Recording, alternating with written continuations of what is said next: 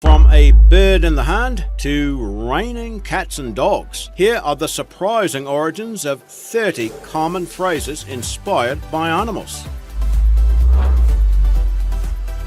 30. In a pig's eye. Maybe it's not so popular these days, but this expression means to strongly disbelieve something. It initially had to do with pig's eyes being a reference for humans with perceived small eyes. But that was in England in the 17th century. The modern phrase originated in the US during the 19th century, and a variant of this one is in a pig's ear. 29. Red herring. In a mystery, a red herring refers to a clue that's intentionally misleading. The term dates back to mid-16th century England, but at the time it referred to the fish eaten by the poor. In terms of red herring being linked to misdirection, that may stem from an incident in the 17th century concerning an English clergyman's will. His servant was bequeathed a large trunk which contained something guaranteed to make him drink, and inside the trunk was a single salted herring. Don't know whether or not it was red. By the early 1800s, the phrase had acquired its modern connotation. 28. The bee's knees. It's difficult to make sense out of this expression, which is meant to denote excellence.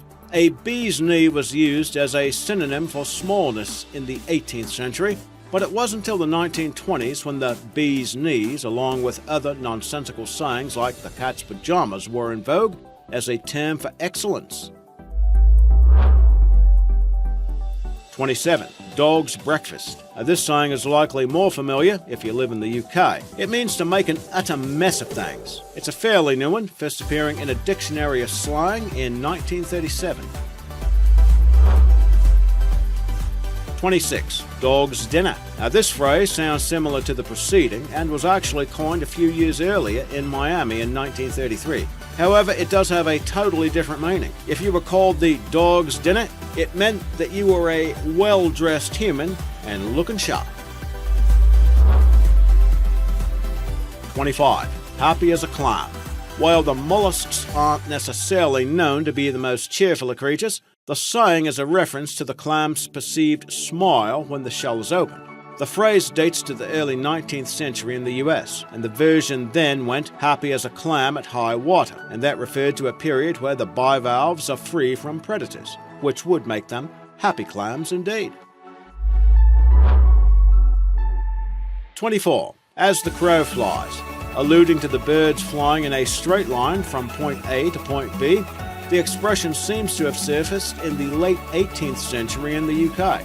Actually, though, crows are not necessarily known for flying in a straight line, but rather in large wheeling arcs. 23. Barking up the wrong tree. This phrase, referring to making a wrong assumption, debuted in the US in the 1830s. It was inspired by hunting dogs that mistakenly barked at the bottoms of trees where no quarry was actually hiding. 22. Bats in the belfry. Meaning to be crazy or eccentric, this term initially showed up in the US at the start of the 20th century. Belfries are bell towers located atop certain churches, through which bats might fly about erratically. So the illusion is that a person has a lot of mental bats flapping about inside the head, or belfry. 21. Hold your horses. As a way of telling one to be patient or to hang on, this phrase originated in the US, first seeing print around 1844. Except then, the phrase was pronounced hold your horses. It wasn't until 1939 that hoss was refined to horse. 20. Cat got your tongue. Maybe you felt like this when you're stumped by a question. It first shows up in print in the late 19th century in the United States and seemed to be mostly directed at children. It may not be heard so often these days, but it was certainly popular parlance back in the 1960s and 70s. 19. Hair of the dog that bit you. There are several variations on this saying, but they all refer to a concoction that's intended to cure a hangover. In medieval times, it was believed that if someone was bitten by a rabid dog, the hair of that same animal applied to the wound would cure the infection. As it pertains to drinking, the phrase is thought to have first seen print in the early 17th century. 18. Kangaroo Court. While the precise origin of the phrase is unknown, there is a hopping good chance it originated in Australia. Now, the term refers to unauthorized sham courts that are set up to give the appearance of legit legal proceedings. In the US, such travesties of justice were called Mustang courts, and that phrase seemed to pop up in the mid-19th century. 17. The chickens come home to roost.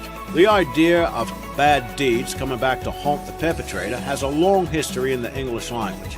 This phrase originally showed up in England in the late 14th century, but back then the creatures were identified simply as birds, not specifically chickens. That identification did not come until the 19th century. 16. Get off your high horse. In olden times, only the wealthiest people could afford horses, while commoners had to walk. So this led to tension between the commoners and royalty, who were viewed as entitled and arrogant. This expression was a way of inviting that arrogant rich person down to the commoners' level to see just how much better they really were. 15. And the horse you rode in on. Now that is a more graphic way of insulting an arrogant person than telling him to get off the high horse, as we just mentioned. Several sources say this phrase can be traced back to at least the 1950s, although it could predate that. This phrase is usually preceded by an unkind suggestion of one sort or another, addressed primarily to the rider, but does include the animal as well, although it does seem a bit unfair to the horse. What do you think?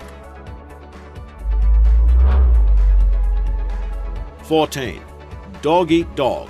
A familiar reference to ruthless competition. It's actually a contradiction of a Latin proverb from the 16th century that states, quote, "Dog does not eat dog," end quote. By 1732, though, the idiom was altered by English historian Thomas Fuller to "Dogs are hard drove when they eat dogs." 13. Let the cat out of the bag. Now, we found a couple of origins claimed for this classic idiom. In terms of revealing secrets that were previously concealed, its first documented appearance dates to a book review published in the 1760 edition of the London Magazine. The reviewer chides the author for, quote, letting the cat out of the bag. Now, if you know more about the origins of this phrase, let us know in the comments below. 12. Lame duck. These days, that term is typically applied to politicians who are serving their final term in office and are seen as having their authority diminished. But the original meaning had nothing to do with politics. It originated in the London stock market in the 18th century, and it referred to someone who had no money, specifically investors who were unable to pay back the debts. 11. Till the cows come home. The earliest known printed appearance of this one dates to around 1717. Since cows are known for the lackadaisical pace, the saying implies that an event is going to take an indefinite amount of time. 10. When pigs fly.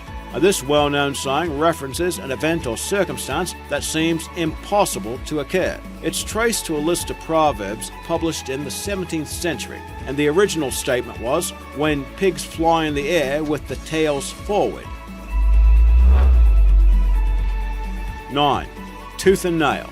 Well, you know this expression if you've ever had to fight something or someone with the intensity of a savage beast. The saying originated as a reference to, no surprise, wild animals as they hunted down prey. Still in fairly common use today, the saying first saw print back in 1535 in a dialogue written by Sir Thomas More. 8. Every dog has its day.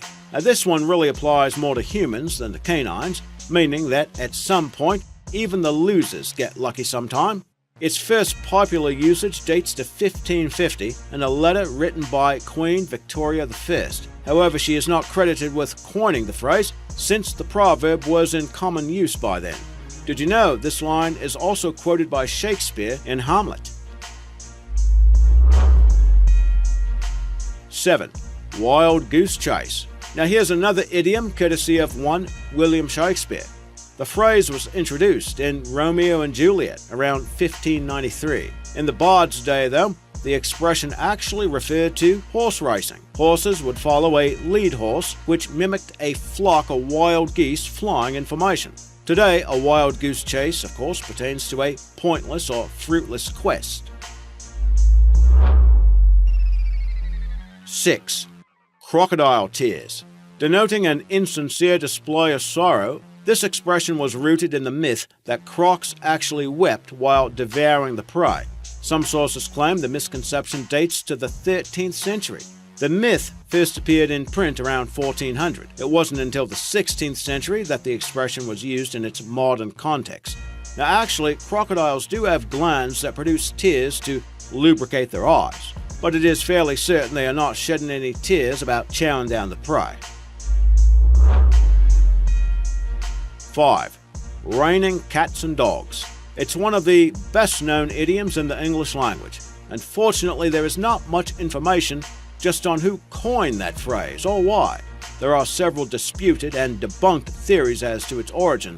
However, the modern phrase first appeared in print in the book Polite Conversation by Jonathan Swift, published in 1738. 4.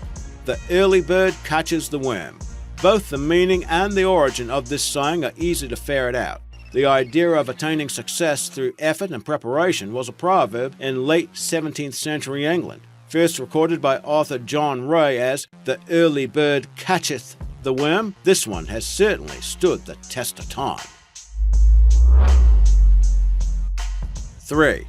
Don't count your chickens before they are hatched. Now, how many times have you heard this one? It's one of the oldest English proverbs, advising one not to over-evaluate their assets.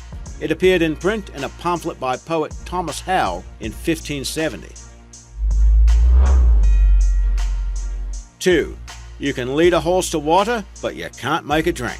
Now, this one first surfaced in England around 1175 in a book of homilies, and some sources say that it is the oldest English proverb that is still regularly used today. So it seems that even now, you cannot make horses or humans do something they just don't want to do. 1. A bird in the hand is worth two in the bush. Now, this is one of the best-known phrases in the English language, although it was likely integrated from other languages sometime in the 16th century. It warns against unnecessary risk-taking, so it's better to keep the bird you have than to risk getting more only to wind up with nothing at all.